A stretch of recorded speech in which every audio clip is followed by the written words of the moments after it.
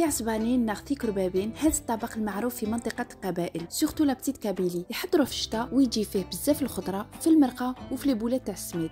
تبعوا معايا لا غوسيت.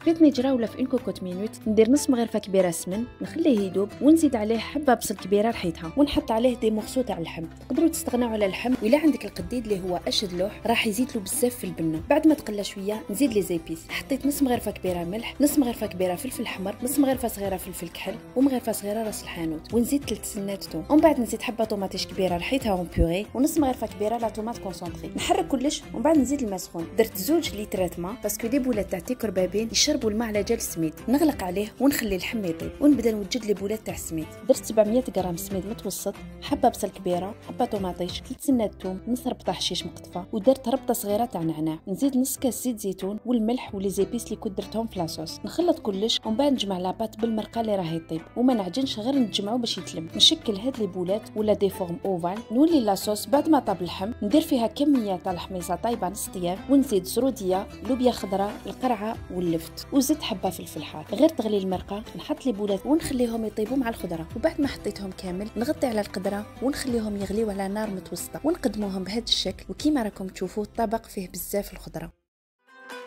مع المرجان ديما فرحان.